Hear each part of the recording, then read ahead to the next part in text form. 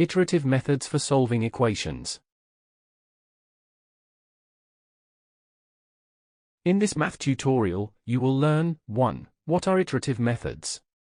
2. When do we use iterative methods for solving equations? 3. What does the change of sign method for solving equations consist of? 4. What are the two specific change of sign methods for solving equations? Which is the best method to use?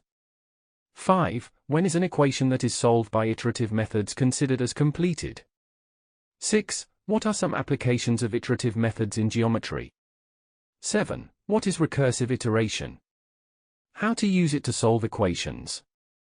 8. What is an iteration machine? What is it used for? Introduction.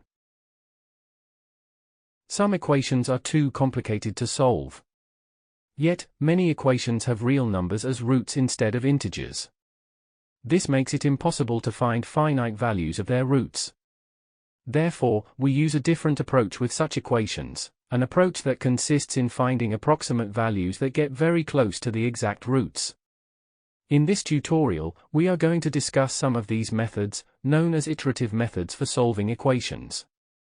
That is all for Introduction to Iterative Methods for Solving Equations. To start this tutorial, please watch the first lesson 9.4.1, Iterative Methods for Solving Equations.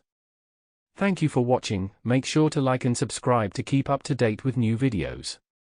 For more information, calculators, and tutorials, please visit www.icalculator.info.